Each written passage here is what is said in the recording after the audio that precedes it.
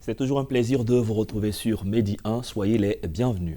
La campagne électorale pour les élections législatives 2021 en Côte d'Ivoire débutera le 26 février pour s'achever le 4 mars. Selon les règlements en vigueur, les partis ou groupements politiques sont tenus de présenter un minimum de 30% de candidatures féminines en rapport avec le nombre total de circonscriptions. Cette année, l'engouement est grand à tous les niveaux. Les jeunes et les femmes se mobilisent au nom d'un parti ou en candidature indépendante pour briguer un siège. Les législatives du 6 mars nous intéressent aujourd'hui et nos invités, il s'agit de Fanta Doumbia, elle est la présidente du comité de coordination de la participation politique des femmes en abrégé 2C2PF, par la même occasion présidente des femmes actives de Côte d'Ivoire OFACI. Bienvenue madame. Merci. Avec vous en studio, Dr Kouassi Ange Aristide Molou. Lui, il est enseignant-chercheur à l'université Félix Houphouët-Boigny, président fondateur de l'ONG Éducamment, spécialisé donc dans la promotion de l'éducation sociale et citoyenne. Bienvenue, docteur. Merci beaucoup. Alors, vous êtes président de l'ONG Éducamment. Éducamment, qu'est-ce que c'est? Simplement médicament de l'éducation. D'accord, donc vous êtes une sorte de médecin pour soigner les pathologies? Pas moi, peut-être la structure ONG. L'ONG se permet de proposer des solutions aux maux du système éducatif. D'accord. Et Madame Doumbia Fanta, présidente de l'OFACI, au niveau de l'Organisation des femmes actives de Côte d'Ivoire, quelles sont vos missions? Oui, OFACI, Organisation des femmes actives de Côte d'Ivoire, a pour mission de faire la promotion et la défense des droits humains, mais particulièrement les droits des femmes. Et qui parle des droits des femmes, parle aussi des droits politiques et civils, des droits économiques, sociaux, culturels, et aussi les violences qui sont faites aux femmes. D'accord. Et vous intervenez également au niveau de la coordination de la participation politique des femmes. Pourquoi une coordination de la participation politique des femmes en Côte d'Ivoire? Oui, une coordination, il faut dire que cette coordination a une petite histoire. Elle est partie de 2016 lorsque nous avons eu la nouvelle constitution au 8 novembre 2016 et cette nouvelle constitution fait la part belle à la femme, à la promotion des droits de la femme. Et surtout à son article 36 qui dit que l'État promeut les droits des femmes en lui donnant plus de champs d'accès aux assemblées élues. Et nous avons dit, tiens, voilà une opportunité qui est faite aux femmes de Côte d'Ivoire. Et c'est ainsi que les organisations féminines de Côte d'Ivoire, sous la voie du NDI, sont constituées en comité pour pouvoir faire une esquisse d'avant-projet de loi sur la parité. C'est de savoir qu'est-ce qu'il fallait, puisque dans cet article de la loi fondamentale, on nous disait que cet article serait mis en application à travers une loi. Donc, nous nous sommes dit, voilà une opportunité pour les femmes de Côte d'Ivoire pour que ce vide juridique-là soit comblé. Et les femmes ont opté pour la parité. Chemin faisant, nous nous sommes retrouvés avec le quota et nous disons, c'est pas mal. D'accord, le quota de 30%. On commence déjà avec ça. On commence déjà avec ça. Et avec les élections législatives cette année, on verra si c'est respecté dans les différents partis politiques. Alors, docteur Molou, dans quel contexte les législatives de cette année se tiennent?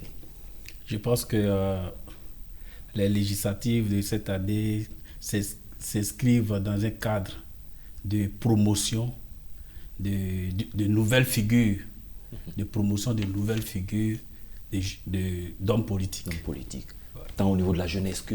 Au niveau de la jeunesse qu'au niveau des femmes, au niveau de l'engagement même du citoyen qui est toujours mis hors du débat politique, hors du jeu politique. Je pense que tout le monde est engagé cette année et c'est une bonne chose. Et parlant de tout le monde en début de cette année, le groupement des partis de l'opposition a donné un mot d'ordre, que tout le monde se jetait dans l'arène pour aller donc conquérir des sièges. Comment appréciez-vous cette décision? Je pense que ça a été un combat, les résultats d'un combat de longue haleine, comme madame vient de dire. Le fait d'obtenir le quota de 30% a été l'une des causes de motivation de toute cette entité qui se mobilisent pour les élections législatives. D'accord.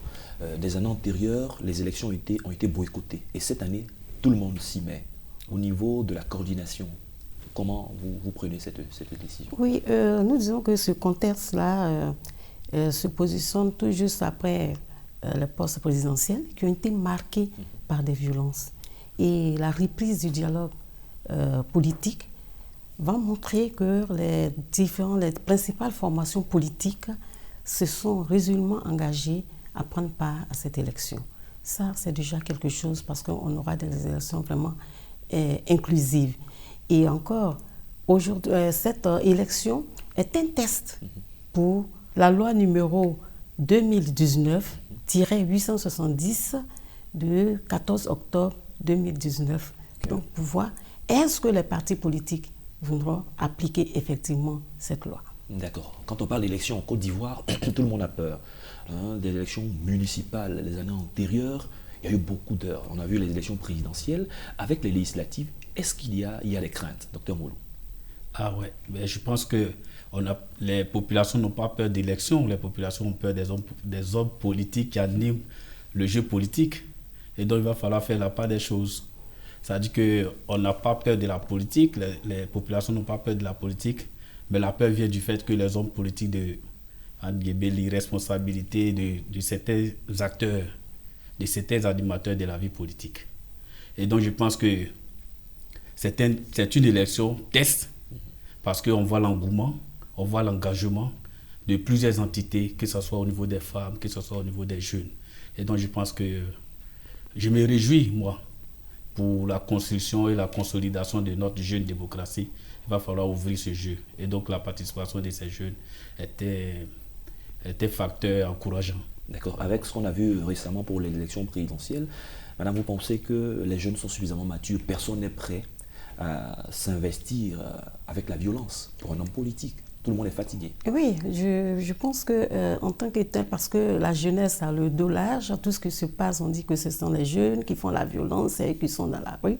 Mais je pense que, étant donné qu'il y a beaucoup de jeunes qui se sont engagés dans cette élection, on aura des élections apaisées. On aura des élections apaisées parce que cette jeunesse est mature, elle est vraiment quand même responsable. Donc, notre souhait voudrait que cette élection soit vraiment apaisée et surtout avec la loi sur le quota où nous avons eu beaucoup d'engouement au niveau des femmes. Vous savez, quand ça ne va pas, ce sont les femmes qui paient le tribut. Étant donné qu'elles sont vraiment partie prenante, nous pensons qu'elles donneront le meilleur d'elles-mêmes pour toujours continuer leur rôle de conseillère et leur rôle aussi qui est d'apaiser tout le monde. Nous allons revenir tout à l'heure sur les femmes. Parlons des jeunes qui sont matures, suffisamment responsables et qui d'ailleurs cette année sont nombreux à pouvoir donc se mettre dans la compétition. Docteur Moulou, quelles sont les chances de ces jeunes face à des anciens, des personnes qui viennent encore briguer un autre mandat? Je pense que les jeunes ont énormément de chances, beaucoup de chances, je le dirais, parce que de façon générale, du point de vue national, je pense que la population a soif de nouvelles figures sur la scène politique. Et je pense que cela vient à point nommé, parce que l'engagement de cette jeunesse est parti du constat que la population, l'électorat ivoirien a soif de nouvelles figures, demande de nouvelles figures sur la scène politique. C'est vrai, les anciens ont fait leur temps, comme toute œuvre humaine, il y a une fin. Et je pense que c'est la fin qui est arrivée. Il va falloir reconstruire une nouvelle figure d'homme politique en Côte d'Ivoire. D'accord. Est-ce que les nouvelles figures vont suffire pour faire progresser le pays? Ces jeunes-là, qu'est-ce qu'ils proposent? Non, mais nous ne mettons pas en parallèle les deux entités où il y a des vieux et puis il y a des jeunes. Je pense que c'est une élection nationale. On ne verra pas seulement que des jeunes. Il y aura toujours la transmission. Mais je pense que l'avènement, l'arrivée même des jeunes sur la scène politique, l'engagement des jeunes va permettre cette transmission de pouvoir de façon apaisée, de façon démocratique. Et donc c'est une célébration même de la démocratie. Je pense que cette élection est une occasion du moins, pour célébrer, pour magnifier véritablement les vertus, les valeurs de la démocratie. D'accord. À côté des jeunes, parmi les jeunes, il y a les femmes. Le quota de 30% au sein des différents partis politiques. Quelles sont les dispositions que vous prenez au niveau de l'organisation pour que ce soit respecté? Oui, pour que ce soit respecté, d'abord, lorsque nous avons eu cette loi, nous avons applaudi. Et c'est l'occasion pour nous de remercier le président de la République, son Excellence Alassane Ouattara, qui déjà en 2016, avec la nouvelle constitution, a pu mettre 3 articles qui fait la promotion des droits des femmes. Et à côté de cela, remercier les différentes ministères, les différentes femmes qui ont succédé ce département ministériel qui, à travers leurs actions, se sont appropriés ces différents avant-projets de loi pour qu'aujourd'hui nous puissions avoir une loi sur le quota. Et pour ces élections, les femmes sont vraiment engagées. D'abord, elles étaient déjà engagées politiquement, mais avec cette élection, parce qu'avec cette loi, c'est une injustice qui vient d'être corrigée à l'endroit des femmes. Donc, pour cela, elles se sont quand même huées sur la question pour pouvoir participer pleinement à cette élection. Et nous pensons que même si, à la fin, il n'y aura pas assez de candidates retenues, mais celles qui seront retenues vont gagner. Et ça va changer la manière de faire la politique en Côte d'Ivoire. Qu'est-ce qui pourrait poser problème au sein des partis politiques par rapport aux 30%? Parce que c'est de faire effectivement de la place à 30% qu'on pourrait présenter, mais s'il arrivait qu'au sein des partis politiques, avec les sélections, le quota n'est pas atteint sous prétexte qu'il n'y a pas suffisamment de femmes valeureuses, de femmes compétentes. Oui, je pense que ces partis politiques connaissent mieux les femmes, ils savent les capacités de ces femmes, et c'est pour cela, dans tous les partis politiques, nous avons des cellules féminines. Et ces cellules féminines ne doivent pas être là seulement pour applaudir ou encore pour mobiliser des électeurs, mais elles doivent pouvoir être capables d'être aux instants de prise de décision dans ces partis politiques-là. Et c'est ce que je disais tantôt, que c'est un test, non seulement au niveau des élections de manière générale, mais au niveau aussi des partis politiques. Ça va montrer ce que le travail que font les partis politiques à l'endroit de ces femmes-là. Dire que les femmes, il n'y a pas assez de femmes, ce ne sera pas un prétexte pour eux. Ce ne sera pas un prétexte pour eux. Surtout que déjà, au niveau du code électoral, il y a une sanction. Parce que le code électoral, en son article 78 et 117, il dit que tout parti politique, groupement politique qui ne respecterait pas les quotas, le minimum de 30%, auront les listes rejetées. Donc il y a une mesure juridiquement contraignante. Voilà, contraignante au niveau de l'application de cette loi. D'accord.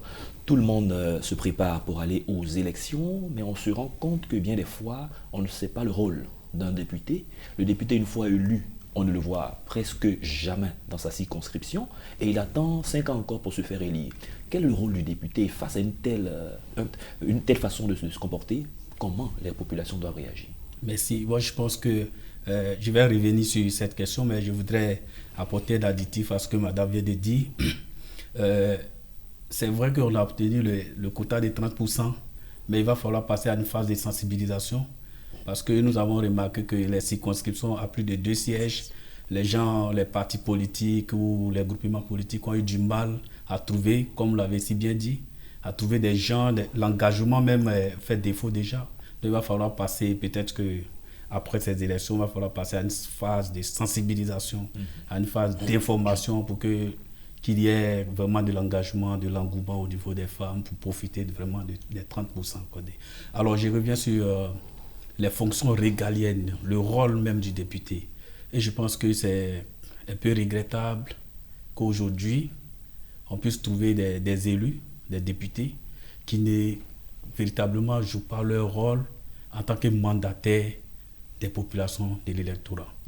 Et c'est pourquoi je ne suis pas d'avis avec le fait qu'on puisse parachuter des candidats dans des circonscriptions.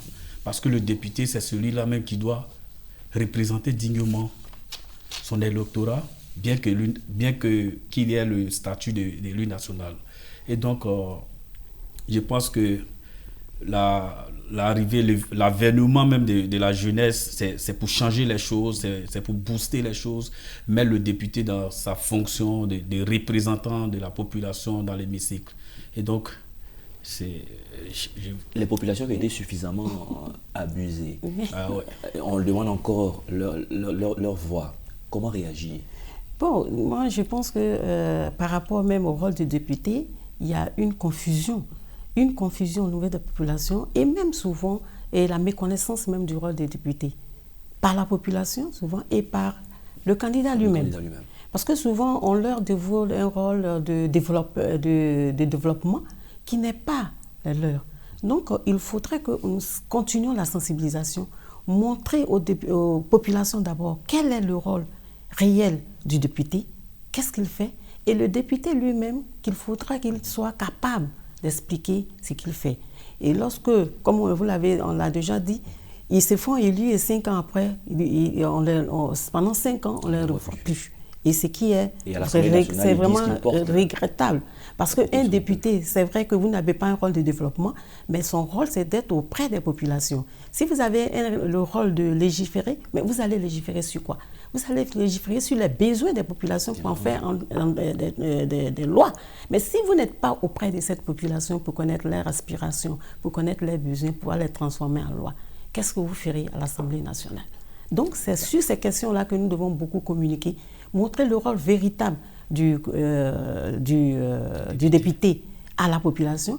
Et le député, il faudrait qu'il sache quel est le rôle qu'il a joué véritablement dans l'Assemblée nationale. C'est lui qui veut être député, il faut qu'il sache ce qu'il veut faire. Exactement. Voilà, et je pense que cette année, ça ne va pas pardonner. Que pensez-vous de tous ces candidats qui viennent sous la bannière de candidats indépendants et qui, après l'élection, se retrouvent dans d'autres partis politiques, ou certains qui viennent sous la bannière même d'un parti politique et par alliance se retrouvent ailleurs? Que pensez-vous? Je pense que c'est dommage, c'est regrettable de constater cela, mais je voudrais dire que le député est un potentiel acteur de développement, parce que tout pays se développe à partir des lois. Et je pense que quand on parle de développement, moi je me situe à un autre niveau d'analyse. Le développement doit partir des populations.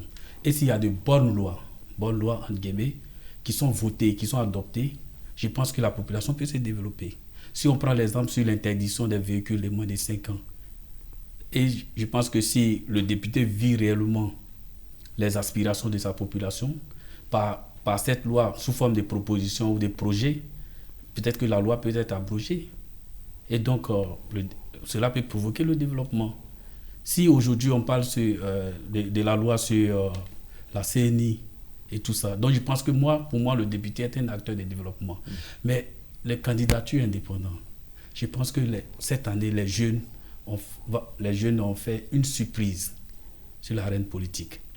Les jeunes sont engagés, que ce soit jeune femme ou jeune homme.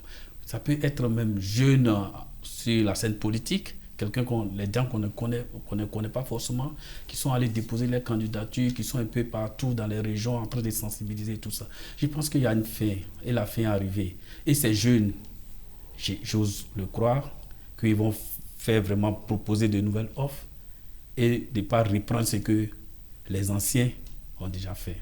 Reprendre les comportements des députés qui ont été élus, qu'on n'a plus revus dans la circonscription et tout ça. Je pense que cette année, on va observer la maturité politique, la construction de la vraie démocratie tant souhaitée en Côte d'Ivoire. Madame Doumia, vous qui portez la voix des femmes, quelles sont les chances des femmes d'être élues cette année? Pourquoi pas une femme à la tête même de l'Assemblée? Bien sûr. Tout à l'heure, je vais répondre un peu sur la multiplicité des candidatures indépendantes. Il faut dire que la multiplicité des candidatures indépendantes est à mettre à la vitalité de la démocratie. Parce que, comme je l'ai dit tantôt, cette élection se veut vraiment inclusive. Il n'y a pas de rejet. Il y a les femmes, il y a les jeunes et il y a tous ceux qui étaient là auparavant. Donc, c'est déjà quelque chose. Maintenant, les chances que les femmes ont, et c'est ce que je disais, les chances que ces femmes ont, elles ont beaucoup de chances de gagner. Elles ont beaucoup de chances de gagner. Et nous savons que toutes les femmes qui seront retenues vont gagner. Pourquoi? Parce que généralement, les femmes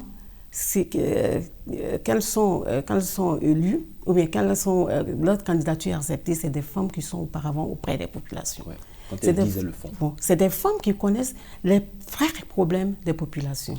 Donc, à ce titre, je me dis qu'elles vont gagner ces élections et ça va permettre à la Côte d'Ivoire d'envoyer beaucoup de femmes à l'Assemblée nationale par rapport aux chiffres que nous avons.